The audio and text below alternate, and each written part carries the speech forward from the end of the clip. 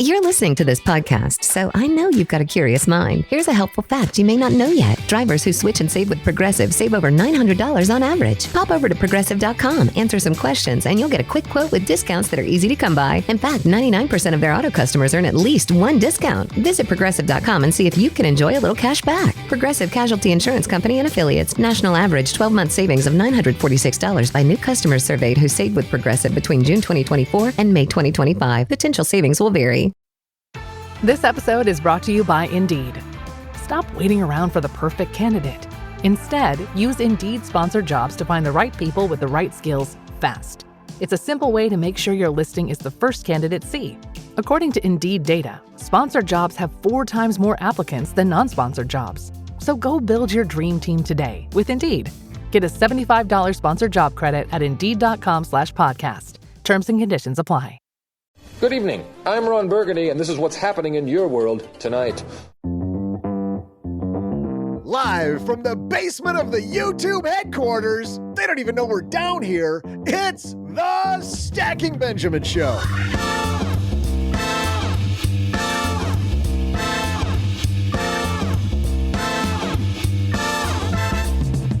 I'm Joe's mom's neighbor, Doug, and on today's roundtable, you'll learn why you should invest like a 50-year-old woman with the top guy sharing investing advice on the internet, Brian Feroldi.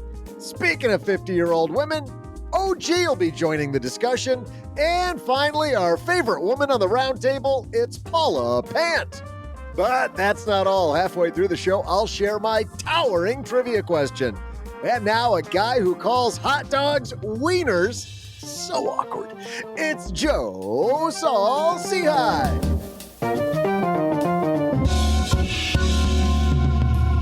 Doug, I know you like a wiener every once in a while, don't you? Come on.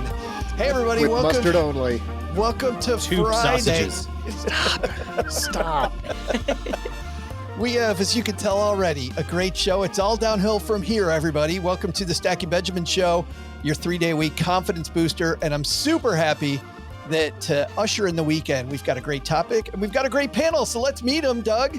Let's start with the guy across the card table from me, ready to talk about investing like a 50-year-old woman. OG's here. How are you, man? Doug called me a 50-year-old woman. That wasn't very nice. Quite the compliment, actually. You feel like a natural woman? I don't know. 50's the new 40. And Shania Twain. Are you doing your Shania Twain, OG? Is that the deal? You're the only one that got it. Okay. I did get it. I'm old enough. All right. And the woman who had no idea what any of that was because she doesn't know much about pop culture, Paula Pant is here. I did recognize that song. That's You got the classic Shania song. Twain. Absolutely. Shania, What my is girl. going on? Yes. And by the way, because you are live from Manhattan today on YouTube, you are in the Westwood One Studios, our network. I am. And I love how you got your branding behind you. Nice job. Yes, my beautiful step and repeat. So for those of you who are watching on YouTube, I've got the Afford Anything brand behind me. And as you can see, I am in a padded room. In fact, for those of you watching on YouTube. Which is also on brand. This is how small the room is. Right now, I'm. And she moved barely for people not on video, left to right, just I'm barely moving, and I can touch both walls, and it's padded on both sides. So I'm in a legit sound studio. So I hope I sound legit. And for people, by the way, who don't know, have never met Paula in person, she's your wingspan is not that long. I'm 5'1", so it's not that big. I have a the wingspan of a 5'1" girl. It is a small room that you're in. And a guy who is, do you like how we promoted him to the guy giving the best investing advice on the internet? Brian Feroldi's here. How are you, man? Way to set the bar really high, my friend. I aspire to invest like a 50-year-old woman after reading this article. It is going to be fun, isn't it? It is going to be fun. Yes. And I noticed that you very casually, speaking of branding, there might be a book behind you that somebody that you know might have written. Just one. There's only one book that I like to promote behind me. Yes. I did write a book, and I do like to show it off. And what's it called, Brian? And where can I get it? It is called Why Does the Stock Market Go Up? And it is available anywhere you can buy books. And it's a fantastic read. And we will also link to Brian when you and I talked about that topic when you were on Stacking Benjamins, diving into the topics involved in that particular book. Absolutely. Circled around that topic. no, that sentence made any sense. We got to move into it. You know what's important that we talk about here, Brian, at the top of the show? What's that? Well, today's episode is brought to you by State Farm. I mean, don't we have to talk about that? if you own a small business like you do, Brian, whatever your business might be, you need someone who understands. And that's where State Farm Small Business Insurance comes in. State Farm agents are small business owners too, and know what it takes. They can help you personalize policies that fit your budget. Small business insurance from State Farm. Like a good neighbor, State Farm is there. Talk to your local agent today. State Farm is one of a few of our awesome sponsors who make sure this is free for you every time we podcast. We've got a couple more here right at the top, and then we're going to get rolling. In business, there is no room for guesswork. Every shipment matters. Every deadline counts. And when you're trying to keep operations running smoothly, the last thing you need is uncertainty. That's why reliability is at the core of USPS Ground Advantage. From the moment your package is first scanned in, it moves through a secure nationwide network, aiding in a timely and accurate delivery. You get near real-time tracking so you can keep up with your shipments. And with affordable upfront pricing, there are no hidden fees or surprise surcharges to throw off your cost sheets. It all adds up to predictable deliveries you can depend on, because knowing your logistics are handled lets you focus on everything else, your customers, your team, and the future you're building. Visit USPS.com/Ground Advantage to start shipping with confidence. USPS Ground Advantage. We mean business. Dell PCs with Intel Inside are built for the moments you plan and the ones you don't.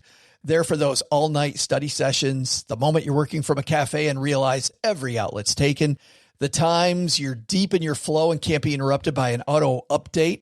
That's why Dell builds tech that adapts to you. Built with long-lasting batteries so you're not scrambling for an outlet, and built-in intelligence that makes updates around your schedule, not in the middle of it. Find technology built for the way you work at Dell.com/Dell PCs. Built for you. Brian's here, OG's here, Paula's here, and neighbor Doug. So let's get the ball rolling. Hey, Joe, I forgot to remind you, you got to do the State Farm read. Don't forget. So for people who don't know what we're talking about there, every time I'm like, Doug, you gotta remind me, because I always forget. I think this is the only time I've ever reminded him. And Doug always remembers right after I just did the State Farm read. Nice work. As Brian so eloquently said at the beginning when we introduced him, and also Doug talked about, we're going to dive into a piece from the White Coat Investor website written by Dr. Margaret Curtis, who's a columnist there. You should invest like a 50-year-old woman. And she says, hitting my 50s has made me a better professional. When I was first out of residency, I billed most of my office visits as level 3 out of 5 because I thought maybe the advice I was giving wasn't that good. Now I know my advice is excellent and I bill appropriately. Let's dive into being a 50-year-old woman and how that makes you a better investor. Brian, we're going to start here just right at the top. Number one, 50-year-old women, they are not afraid. What is she talking about?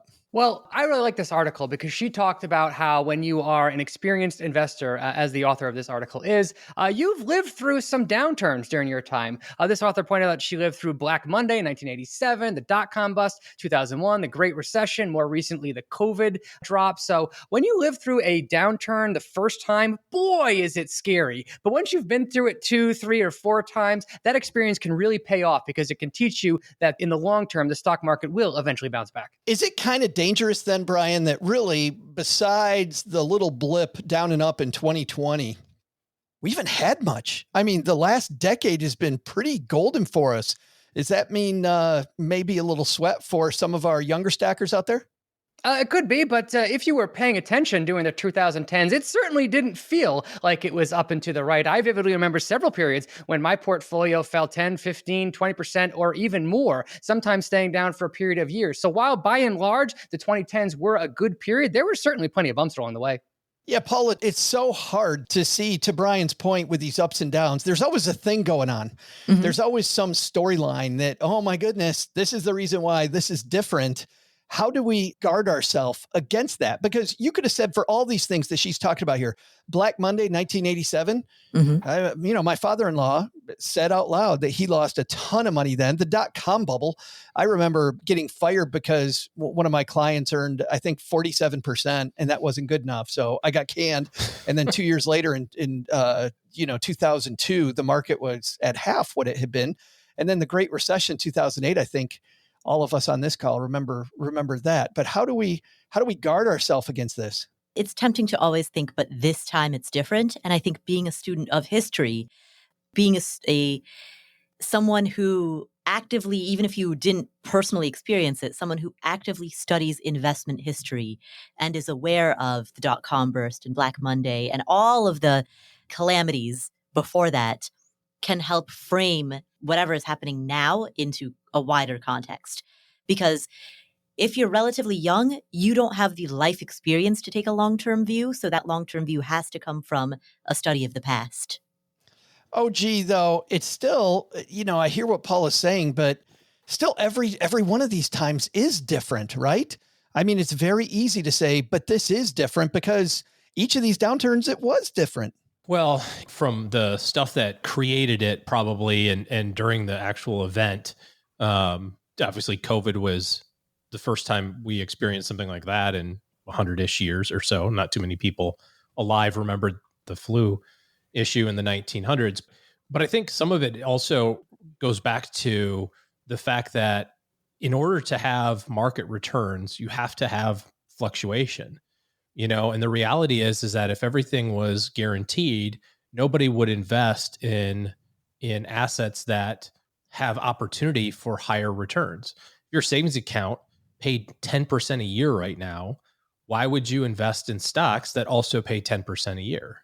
There would be no market for that whatsoever. So in order to attract investors, investments or companies need to have expected returns that are higher than that. And now each individual company may not be successful with that, right? So there could be some, sectors or individual companies that don't perform the way that they want to, but in aggregate, the overall S&P 500 or the NASDAQ or whatever is a collection of a bunch of really focused companies that are really trying to do their best.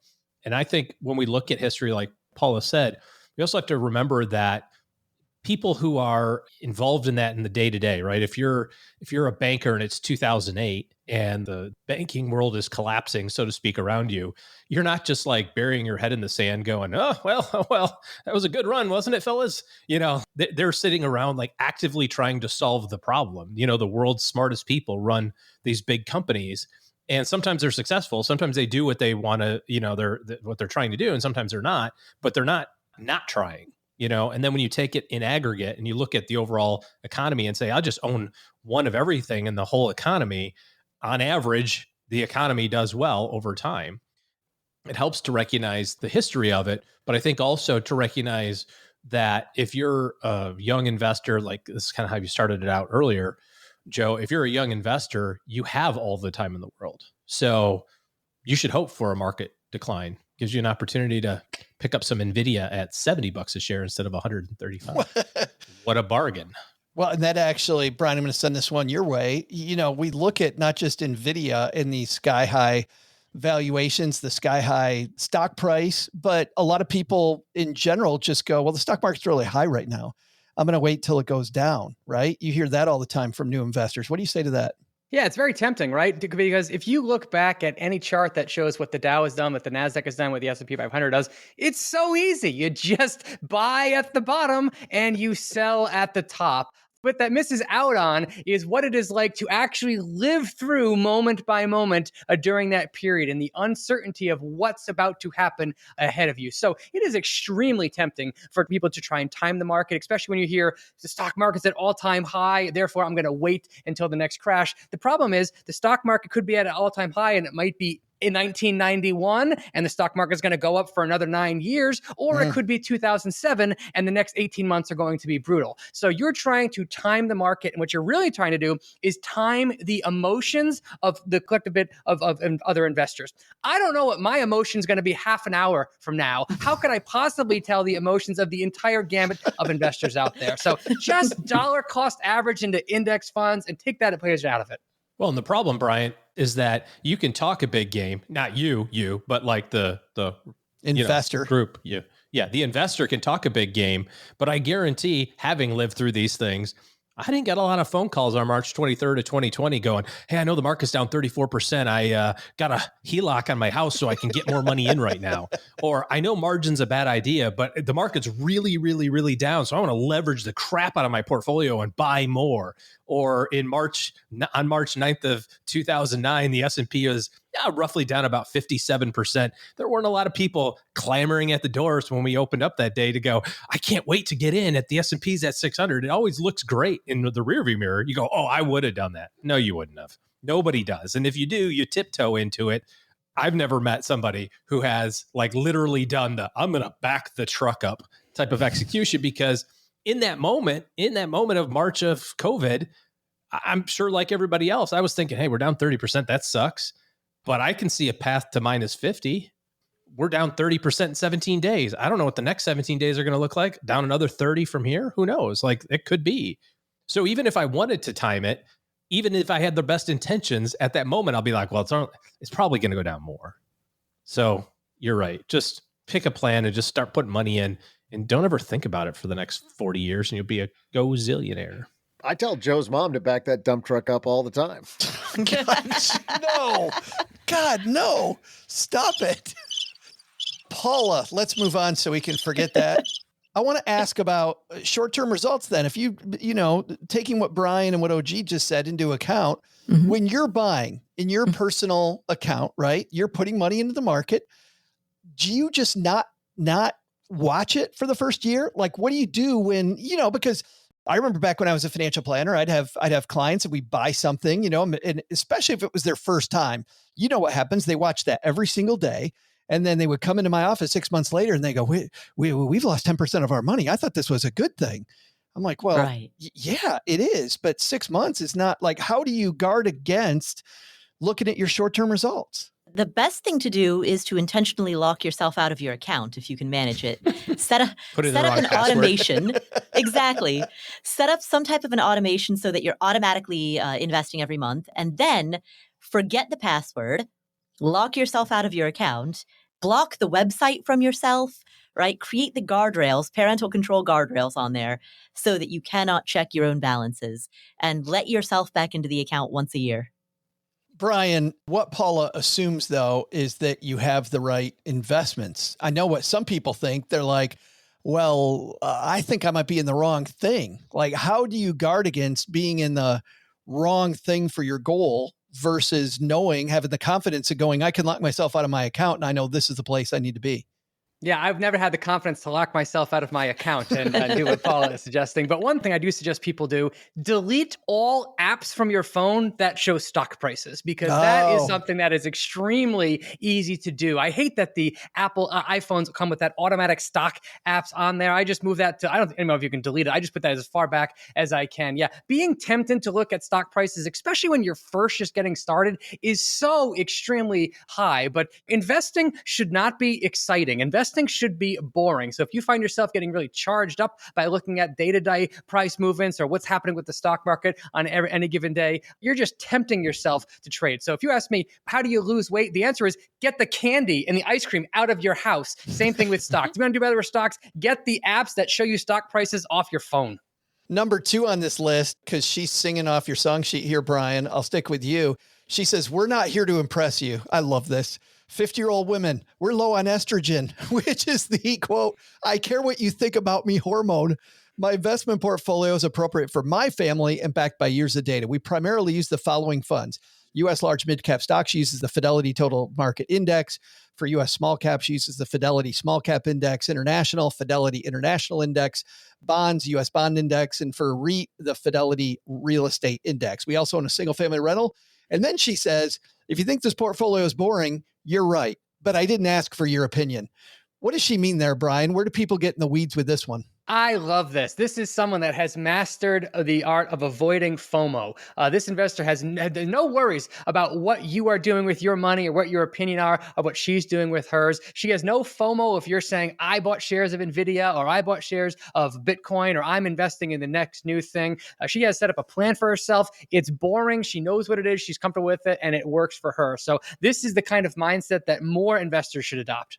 But that's so hard, Paula. I mean, let's say hypothetically that you heard about this brand new truck company called Rivian, and you were like all excited about that truck company, and you went and backed the truck up, bought a bunch of shares because people around you were buying shares. I was wondering why neighbor Doug was shaking his head the moment that you said truck.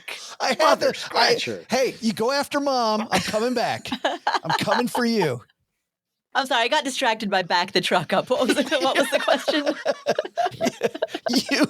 It's so easy though, right? I mean, Rivian, hot new company, new truck, looks like it's going to be a great thing. You buy the stock and Doug, how's that going for you?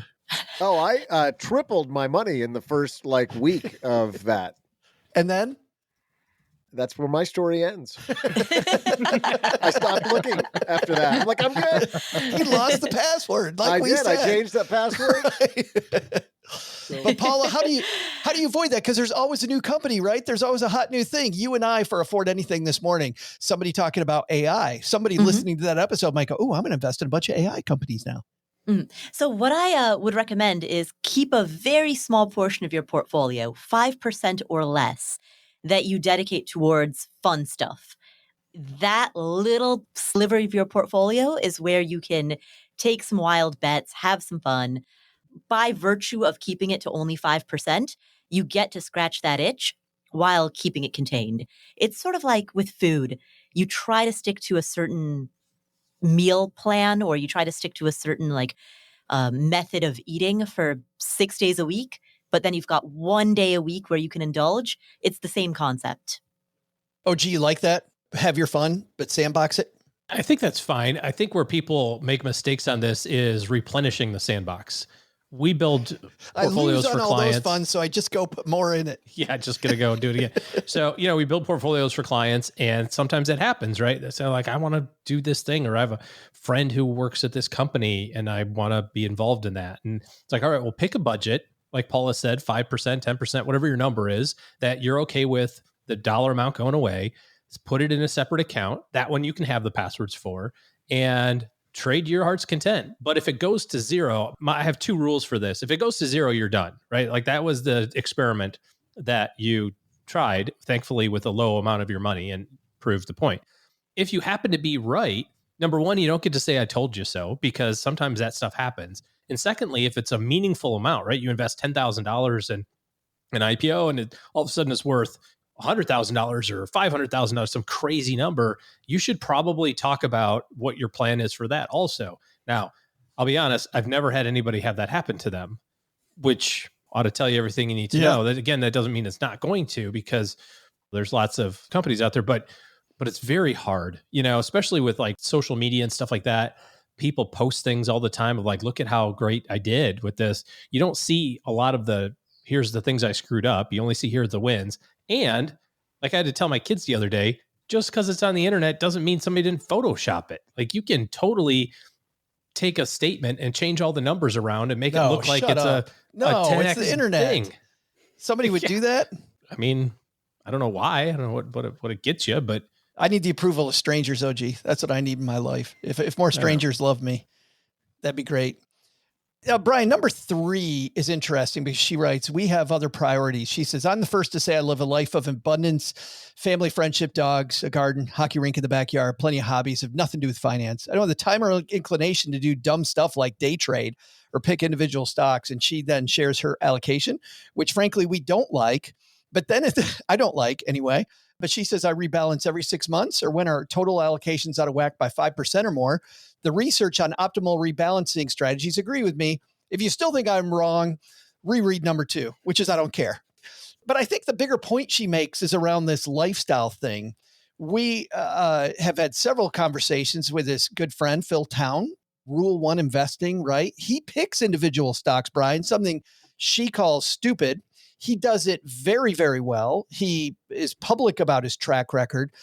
But he will tell you that he spends less than 15 minutes a week actually on his portfolio.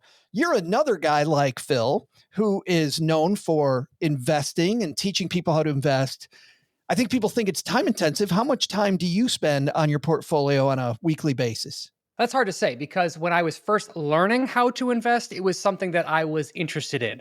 The author of this article basically says, I'm not interested in learning how to pick stocks. I'm not interested in learning how to day trade. To which I say, fantastic. 99% of people are just not interested in doing the work necessary to learn how to analyze a business. That's fine. That makes you normal. There's no need to worry about buying individual stocks. I just so happen to be in that weird 1% of people that actually enjoys reading SEC filings, that actually enjoys listening to conference calls. A So good for Friday someone night with Brian, there's nothing like it, man. A Tesla earnings conference call, way better than a Marvel movie. That's right. You turn on some Barry White, take out the SEC filing, and it's a great night. Pour yourself a glass of wine. It sounds like a wonderful night to me. Yeah, absolutely. But I'm the type of person that enjoys doing that level of research. I'm the type of person that enjoys everything about the investing process. If you don't enjoy the investing process, then you are literally spending time doing something you don't like. In all likelihood, you're doing so, at least in the beginning, to get suboptimal returns. That sounds like a terrible way to invest your time. But to answer your question, nowadays, my portfolio has been built up over the last 15 or so years, and I am a very infrequent trader. I probably log into my brokerage account 5 or 6 times per year, and I make changes once or twice. So it does not demand a huge amount of my time. But the way that I've set my portfolio up is essentially I built a hand-picked set of index funds, and I'm just going to let, for the most part, the companies that I've picked ride. 5 or 6 times a year is it? So on a weekly basis, it takes up a minimal amount of my time. Yeah, it'd be in the 15 to 20 minute time period. Yeah. So like Phil, I've been doing this long enough that I don't spend a lot of mental energy thinking about my portfolio, so it's not taxing. But in the beginning, when I was learning how to do this and setting up my style, it was many, many hours a week. And now you're just working the system. Now I'm just working the system. You got it. Yeah. Coming up in the second half of this discussion, we're going to talk about how she doesn't suffer fools gladly. I can't wait to hear about that because there's a lot of I don't know if you guys know this, but there might be a fool or two on the internet, and not second guessing yourself, which I think is an important part of this discussion.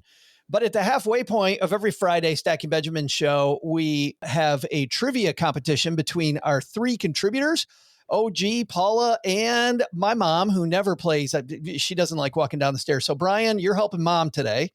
And that means good news and bad news for you, man. Would you like the good news first or the bad news? Give me the bad news. Well, OG had a 3-point day last week to give him 9 points. And you then are tied with Paula for second with 6. So I don't know if that's second or last. I think Paula's more comfortable calling it last because that's where she's felt comfortable a lot in this area. But because Paula's been last, that means that OG's going to guess first. You'll guess second, Brian, and Paula will guess third. All right. Sounds good. We need, though, to know what the question is. And Doug, when you were talking about wieners earlier, maybe there's some, I don't know. Let's see what the trivia is all about. Foreshadowing? Hey there, stackers. I'm Joe's mom's neighbor, Doug. July 4th is next week, and you know what that means. I'll be making my famous spiked hot dog water again. Ugh. Last year, it went so fast, I didn't even get to watch anyone enjoy it. I mean, it practically disappeared the second I put it in the refrigerator. I better make 2 batches this year.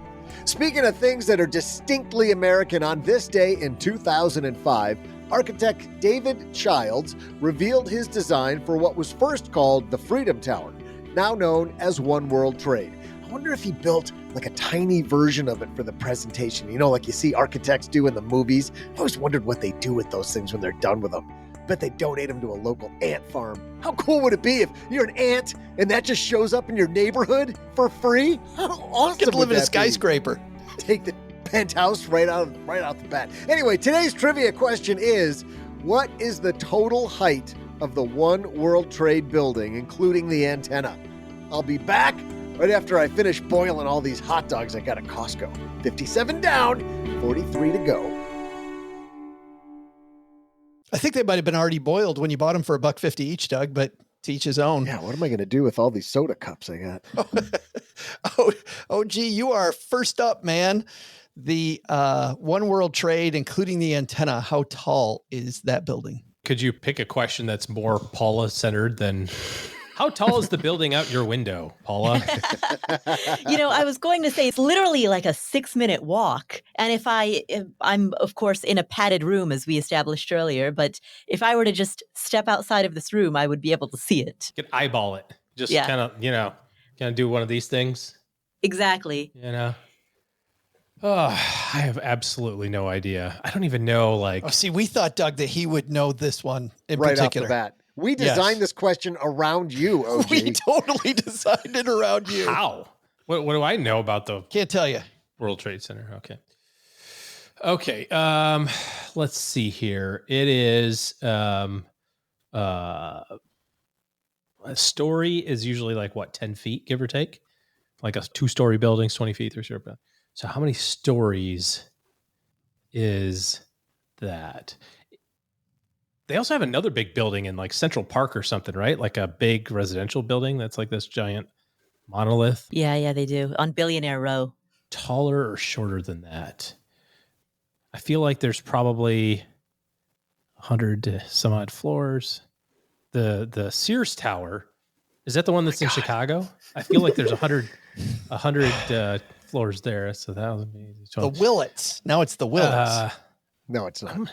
It isn't the Willits anymore? It's always the Sears Tower. I don't care what name they slap on the front door. Yeah, just like we're not saying Verbo ever. Right. Yeah. VRBO. Yep. Oh, could there be some symbiology in there too? I'm going to say 2001 feet. That just popped in my head. 2001. It's going to be too high, I think, but that would be some sort of symbolism, right? Brian, what do you think about that one?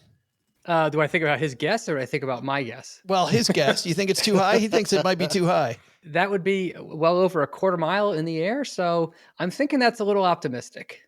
Okay. And? I'm going to say 1,244 feet. Do you want to dissect that for 45 minutes like OG did? Well, based on the Willett Tower, I think that's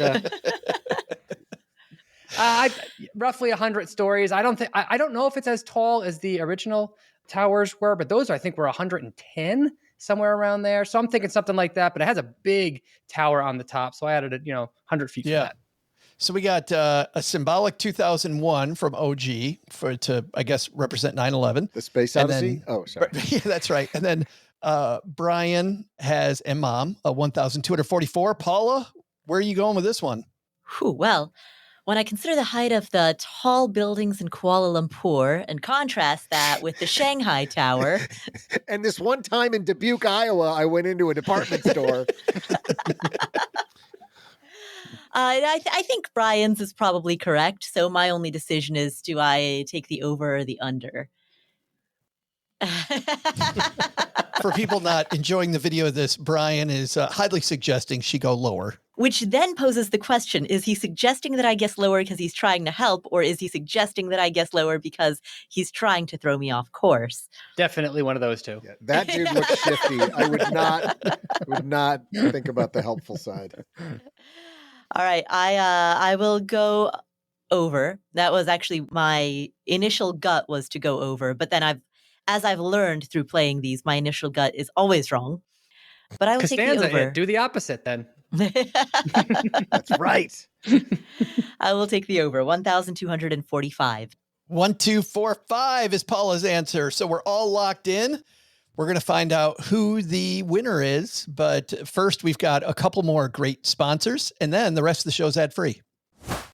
You're listening to this podcast, so I know you've got a curious mind. Here's a helpful fact you may not know yet. Drivers who switch and save with Progressive save over $900 on average. Pop over to Progressive.com, answer some questions, and you'll get a quick quote with discounts that are easy to come by. In fact, 99% of their auto customers earn at least one discount. Visit Progressive.com and see if you can enjoy a little cash back. Progressive Casualty Insurance Company and Affiliates. National average 12-month savings of $946 by new customers surveyed who saved with Progressive between June 2024 and May 2025. Potential savings will vary. What would you do if your online store converted 36% more shoppers? You could take 36% more vacation. Another pina colada? Yes, please. Open a new retail location with 36% more square feet. Fantastic. Hire 36% more help. You're hired and you're hired. Shopify has the world's best converting checkout, up to 36% better than other e-commerce platforms. What you do with those extra sales is up to you. Switch to Shopify today at shopify.com/listen and get a $1 trial. Shopify.com/listen. Listen. Did you know Fast Growing Trees is America's largest and most trusted online nursery with thousands of trees and plants and over 2 million happy customers? Whether you're planting fruit trees, adding privacy, brightening things up with flowers, or bringing in houseplants, Fast Growing Trees has it all. Even better, they can help you find options that are right for your climate, your space, and lifestyle. Click Order Grow. Every plant arrives healthy with the Alive and Thrive guarantee straight to your door. So if you're ready to get planting, this is the moment. Right now, they have great deals on spring planting essentials, up to half off on select plants. And listeners to our show get 20% off their first purchase when using the code WWO at checkout. That's an additional 20% off. Better plants and better growing at fastgrowingtrees.com using the code WWO at checkout. Fastgrowingtrees.com, code WWO. Now's the perfect time to plant. Let's grow together. Use WWO to save today. Offer is valid for a limited time. Terms and conditions apply. Go to growingfasttrees.com for details. OG, you kicked this off at 2001 feet, and everybody thought you were way too high, apparently. What do you think? Well, I also believe that the stories are 10 feet. I think I remember the World Trade Center being somewhere in the 110 story range, maybe 120. Based on that, that would mean either A, it's 200 stories or 200, whatever levels, or it's a giant ass tower, like antenna on the top. So I think I'm way off. I think Brian or Paul has got this one. I think Brian, you were motioning down. Range. You were at 1,244 feet. And you were motioning down to Paula. Were you trying to throw her off and she saw through it, or were you really thinking the answer was down? Believe it or not, I was actually trying to help her. My gut feel is that the tower, I accounted for the tower, the spike being like 100 and something feet. I figure it's roughly 100 stories, which would be about 1,000. So 240 seems high to me for there, but I went with it. So I was actually trying to help her. Aww. Paula, do you feel bad now for being so damn cynical about Mr. Feroldi? It's just game theory. I have to consider all options. That's nothing personal. And again, Paul overgamed it, which has never happened before on these trivia contests, right? Well, let's see who's got we know who has the answer. Doug's got the answer. Who's bringing home the win, Doug? I got all the answers. Hey there, stackers. I'm effluent mixologist and guy who invests in 50-year-old women. Know what I'm saying? No. Joe's mom's neighbor, Doug. No. Someone needs to open a hot dog factory that also makes buns. Somehow, I got 100 hot dogs, but 96 buns. Luckily, I happen to enjoy eating loose wieners the same way Bugs Bunny eats carrots, raw, right out of my bare hands. Nope. But I've come to understand that most people like theirs in buns. But why were you saying no so many times? No Joe? reason. Just keep going. Okay. Today's trivia question is, what is the total height of the One World Trade Building? The answer? Opened on November 3rd, 2014, One World Trade Center is now the tallest building in the United States, not the billionaire one. In a nod to the Declaration of Independence, the building itself stands at 1,776 feet tall. That's the part we thought you were going to know for sure, OG. But the total height, including the antenna, is a little bit taller. OG was over by 209. Brian Mom was under by 548 because One World Trade Center is actually 1,792 beautifully reflective feet tall, which means, astoundingly, Paula is our winner. No. Well done. Do your math again. Wait, Paula's what? not our winner. I know, but I just kind of wanted to give her one once in a while. I mean, Damn. she's been hanging out way down there. Sorry. I like how she was going to let you do it, too. Well, yeah. I was like, okay, 1770. I was like, that seems pretty close to 2001, but Yeah. Oh, stupid OG. So I was right on the symbology part. Is You that right? were. Symbology? I just the wrong. And the way we tried to mess with OG was we thought you were going to go first and say 1776, and that's why we added the antenna. Yep. And you went 2001 instead. So nice job, though, everybody. Good work. I knew it. I was just kidding. I just psyched OG's everybody out. becoming like the Yankees. He's like the evil empire that you hate to see win. And he's up by 4. Brian, how could you let that happen? Unbelievable. Apparently, I was pretty close on the stories, 104 stories, but the stories in this building are apparently like 17 feet tall. Apparently, so way off on that. Crown molding on every single one. I don't know. Yeah. Back to our piece in the second half of today's show. Second half is brought to you by depositaccounts.com. When you go to deposit accounts by LendingTree, You'll find that brick and mortar bank that you've been doing all your banking at, not best in class. When you take a look at depositaccounts.com, you'll find that, well, and we just did this piece just a couple weeks ago about how important it is here while interest rates are still higher than they were to get your emergency fund running. National average on a savings account right now, 0.52, 4.97 if you're in the top 1%. Huge difference between being in the top 1% of savings accounts and the national average. Go to depositaccounts.com where you can compare, ditch, switch, and save. All right, let's dive into the second half of the show on investing like a 50-year-old woman. We got a couple more pieces here. Number 4 here, Paula, we do not suffer fools gladly. She says, a male colleague once promised to share with me his, quote, curriculum for teaching women to breastfeed. Oh, God. What could go wrong there? Despite the fact I've spent more of my life breastfeeding than he spent in medical school. Not financial, obviously, but I added him to the gallery of people who tried to give me unsolicited, unwarranted, and incorrect advice. Obviously, we get that, Paula, when it comes to financial advice, right? I mean, there's fools all over the internet. Why are we looking at TikTok for our financial advice? You know, one of the best pieces of advice that I heard once, someone said, don't take advice from anyone who doesn't have the results that you want. And that's domain specific. So there might be somebody who has results that you want in the world of finance, and you would take financial advice from them, but you wouldn't necessarily take health advice from them, and vice versa. With regard to not suffering fools, and with regard to the cacophony of terrible advice that's out there, not just on the internet, but around the water cooler, at the bar, like in casual conversation, there are a lot of uninformed people who speak with overconfidence, unjustified, unearned confidence. And the way to be able to cut through that is to just ask yourself a very basic question. Do they have the results that I want? Number one. Number two, if so, have they sustained those results for a prolonged period of time? Those two questions can help identify who is actually worth listening to and who's not. And she has a sentence here at the very end of point number 4 about not suffering fools that I thought was brilliant, where she says, I no longer mistake overconfidence for competence. And neither should you. Yeah. Brian, you know, you're a guy online. I see you online giving financial advice all the time. How do you distinguish from people that are the people you might want to follow, like maybe a Brian Feroldi, and some of the other crazy advice you get there, like take your 401k, rip it all out, and start flipping houses with that money, which is one I saw a few weeks ago. Is that what I should start doing? I haven't tried that strategy yet. Is that a good idea? Maybe not. Only after you buy the course first, Brian. Right, right, exactly. Well, in that case, here's my credit card.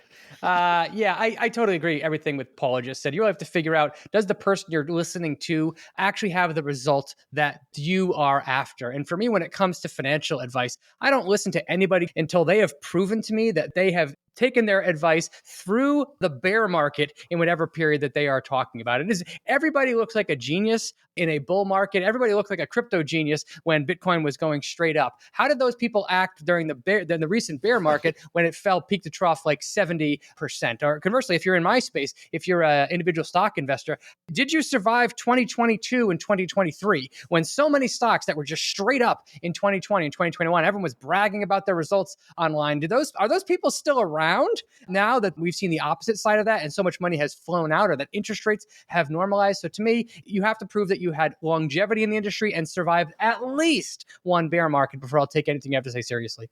But do you have some clues for us to look at the difference between what this piece said and Paula was talking about, between overconfidence and bravado you see online and competence? Like, how can I start to Sherlock Holmes between who's who? Yeah, to me, the best people that are the best communicators talk in simple language and they explain things as simply as possible. You should be able to watch some of their content, read some of their content, and understand everything that they're talking about, even if you're not an expert on that field. But if they bring in terms that you've ever heard of, or they try and talk about really complex strategies that you should follow, that to me is a red flag. Red flag number 1. Oh, gee, I know you don't spend a ton of time online specifically for that reason. But you've been in the financial planning game a long time, right? You hear people, hey, I'm going to use this person because they don't charge any fees. No, they're doing it because they just like people. Yeah. I like what Brian said about thinking about advice and how long that's been going on. For me, I think about congruency. For whatever reason, like I can, is it a BS meter? I'm not sure exactly what it is here, but for some reason I've been blessed with the congruency meter, I guess. And I can listen to somebody or, listen to a podcast, whether it's about money or it's about something else. And then, 2 years later, hear another podcast by that same person, and it's a completely different strategy or different story altogether. That doesn't mean that you can't change your mind or learn new things and have a different approach.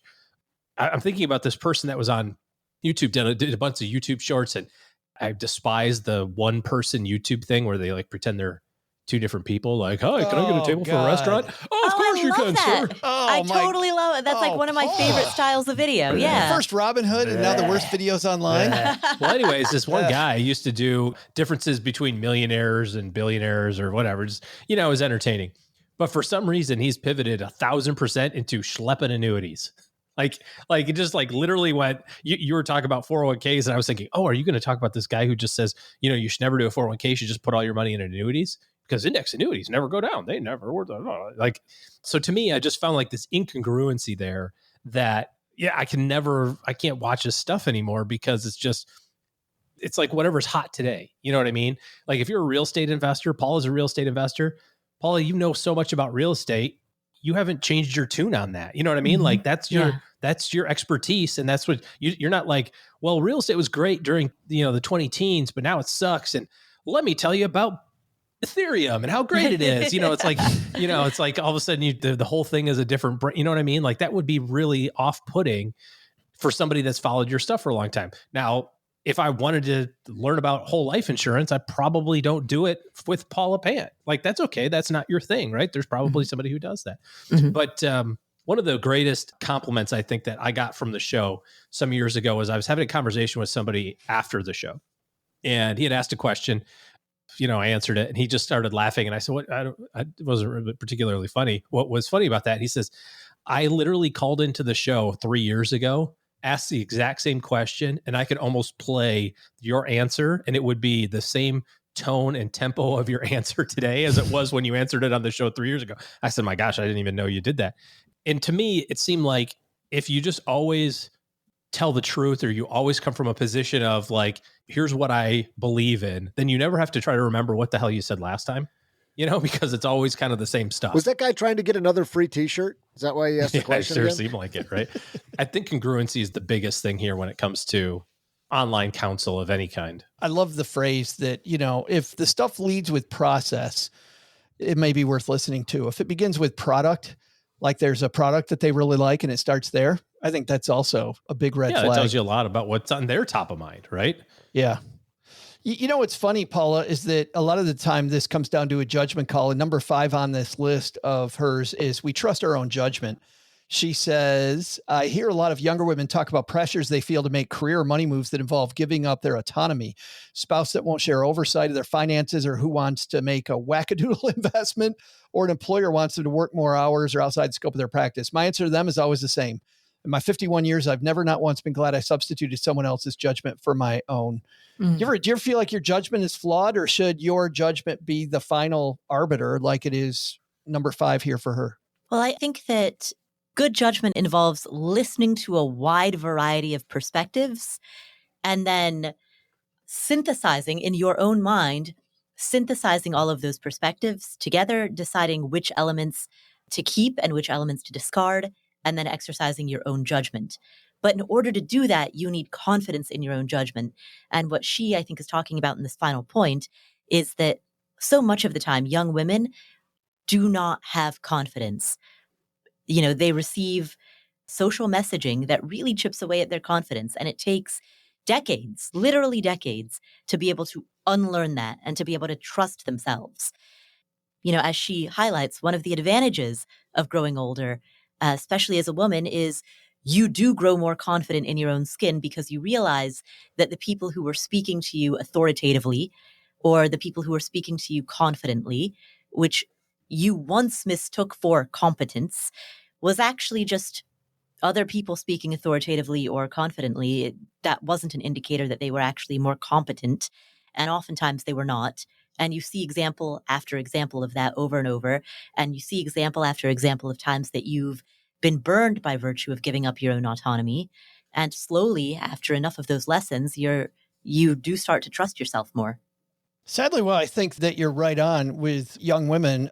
Young men have issues too. You look at more young women go to college now than men. Women tend to have higher grade point averages than men do.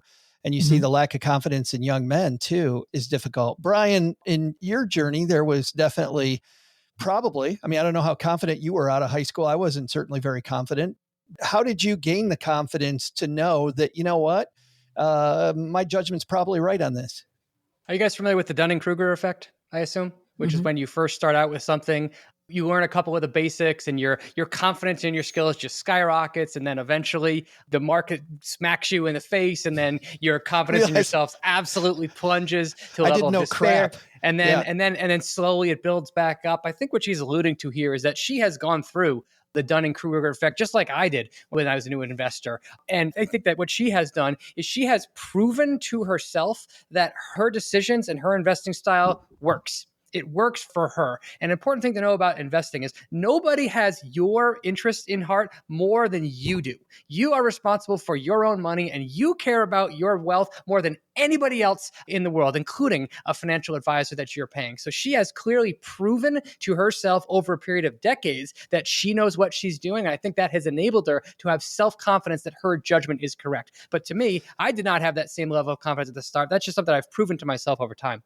Well, that brings up a question then, and maybe I'm answer my own question. It seems to me, based on what you're talking about, you then open yourself up to more experiences more quickly so that you just get through the inevitable failures to build the confidence, I would think. Absolutely. Yep. I failed a ton in the beginning, and I still don't have everything figured out. I've made investments in the last 5 years that have lost me a bunch of money, but my overall portfolio continues to move in the direction that I want to. So like anything, just experience gives you confidence that what you're doing actually works. That's the last time you're on the show, man. We had you here because we thought you knew everything. There you go. Who was going to carry this thing, Brian? Come on. You guys help at all that I didn't buy shares in Rivian? Oh, throw right across the round table. Worst guest we've ever had. It's not the buying that got him, it's the not selling. That's what really got it. The buying was actually well timed. The not selling part was really a buy and hold poorly investor. planned. You got to be right twice when you play that game. You got to be right on the buy and on the sell. Oh, gee, which brings up one more thing here about confidence, which is Brian talked about failing, right? And so many times, I mean, I even find this with board games. People are like, I don't want to play a board game because I don't want to fail. I don't want to look stupid. I don't want to. I'm like, anybody can learn a board game. Like you can learn how to play this silly game. And not Costa Rica. And by the way, who cares? What's Costa Rica? Or what's the game that you tried you sent me to a college class to learn that one time? And there was Sounds like all of them so far. Yeah. Oh God. What was the one? We were at Clinky's house. Puerto Rico. Same thing. Costa Rica, Puerto Rico. It's the same place. Yeah. It's hot. People live in Puerto Rico. Send your hate mail to Doug it's at hot. StackyBenjamins.com. Jungle. It's all the same. It's Caribbean, nice beaches. Yes. Maybe some coffee. But OG, you know, how do you get through these inevitable failures? If we're talking to our younger, not even younger, just beginning stackers, heck, we got people in our family, you know, that are in their 50s, maybe starting. How do you work through this? Failure's okay. Well, I think that one of my favorite things from Strategic Coach is when Dan talks about there's only two outcomes that can happen. You can either win or you can learn.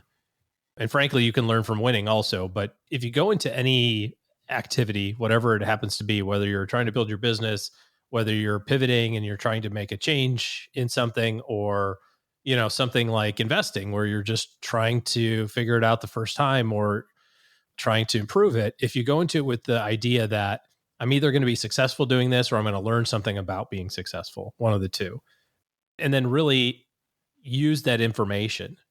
If we look back over history, like where we kind of started this at the beginning today, you can go online and you can say, what would have happened if I would have put $100 every single week into the S&P 500 from the day the market crashed in 2007 till today, right?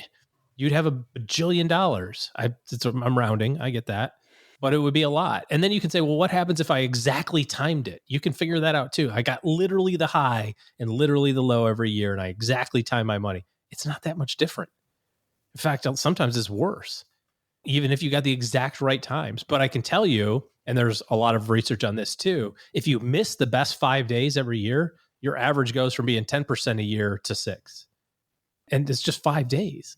So learn from other people's, 100 years of market data when it comes to investing, and follow the academic science of investing, which is proven to be buy stuff that's inexpensive, hold it for a really long time. If you feel like adding a little bit of flavor to your portfolio, you can add things in small companies or companies that have been around a long time. And if you follow that stuff, you're likely to have a successful outcome if you give yourself enough time. If you're looking at it every single day, this morning, I was feeling pretty confident about our investment portfolio. And then I just look now and I'm like, what the heck? It's down 2% today. What the heck? What happened? Like, I was feeling really good at lunch. Like, I was like, things are great, He kept the app open on his phone, Brian. What a mistake. He kept the app open on his phone. I did. I refreshed it. That's the problem. It wasn't that it was open. Right, It was that right as we're talking about not doing it, OG's out doing it. You wonder why mom hides a cookie jar, Doug. Today was my day to check, maybe it was. The summer solstice as we record it. So Hey, I think that's going to do it for today. This is a fantastic piece. If you'd like to read the entire piece or send it to a friend along with telling them that they should listen to this wonderful panel that we had today, we'll have it in our show notes at stackingbenjamins.com. Let's find out what's going on where all of you are this pre-Independence Day weekend. OG, you getting the fireworks ready? I don't do that. I have other people do that for me. I kind of like all my digits right where they are. So I supervise from the shore. And I go, more, launch more. Roll them around a little. Right. Yeah. You know what? I can't wait to take over. I don't know if this will start happening in little towns where you typically are, OG, and for 4th of July when you're up at the lake up north, but drone shows are freaking amazing. Yeah. I'm not kidding. You're waiting for the joke. I can't wait for fireworks are boring. We've seen them all. There's the whole Fort Sumter thing and, bombs bursting and then all that stuff. We're past that. We're done.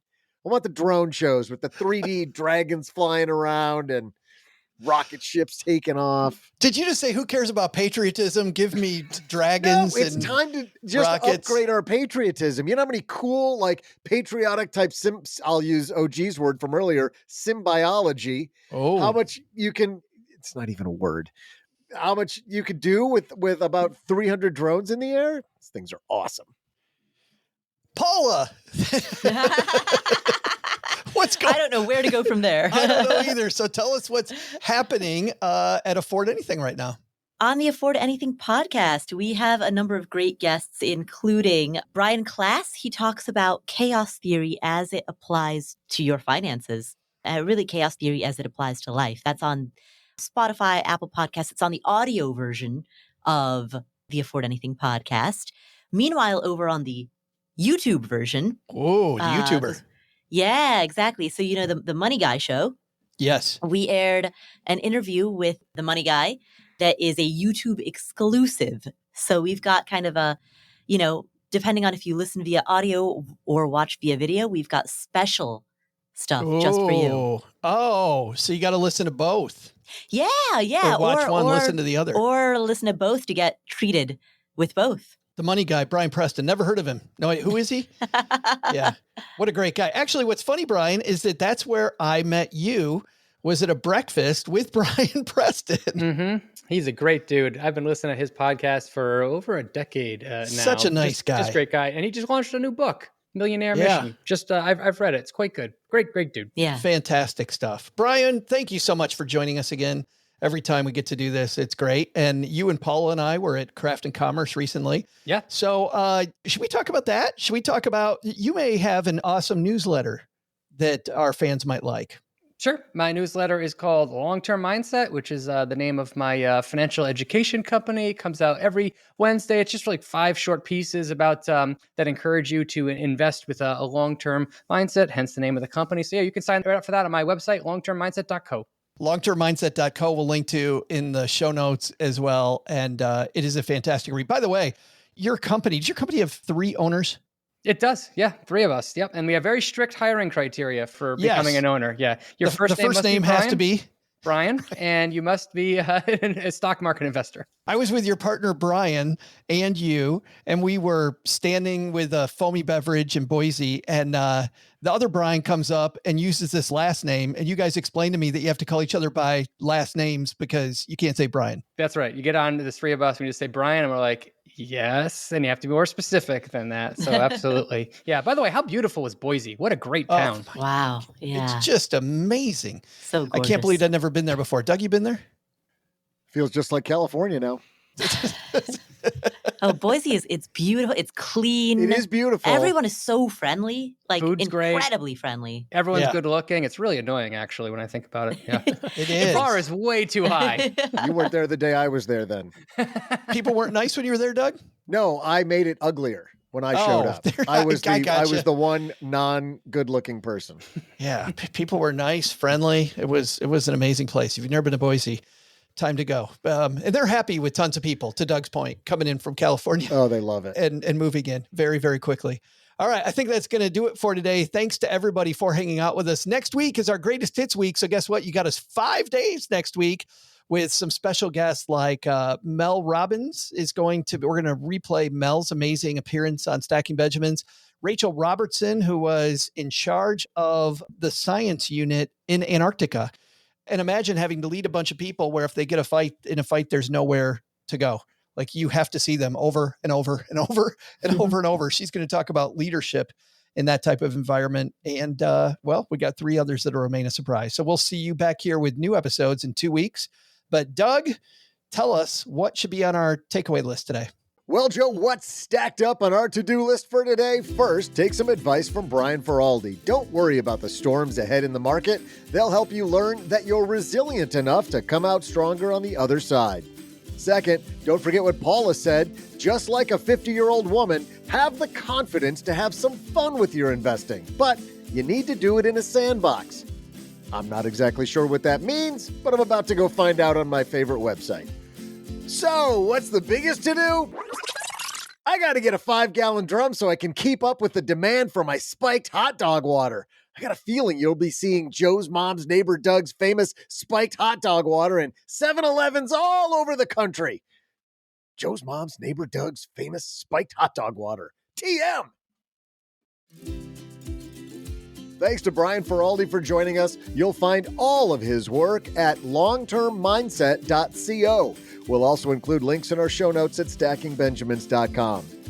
Thanks to Paula Pant for hanging out with us today. You'll find her fabulous podcast, Afford Anything, wherever you listen to finer podcasts. And finally, thanks to OG for joining us today. Looking for good financial planning help? Head to stackingbenjamins.com/OG for his calendar. This show is the property of SB Podcasts, LLC, copyright 2024, and is created by Joe Saul-Sehy. Joe gets help from a few of our neighborhood friends. You'll find out about our awesome team at stackingbenjamins.com, along with the show notes and how you can find us on YouTube and all the usual social media spots. Come say hello. Oh yeah, and before I go, not only should you not take advice from these nerds, don't take advice from people you don't know. This show is for entertainment purposes only. Before making any financial decisions, speak with a real financial advisor. I'm Joe's mom's neighbor Doug, and we'll see you next time back here at the Stacking Benjamin Show.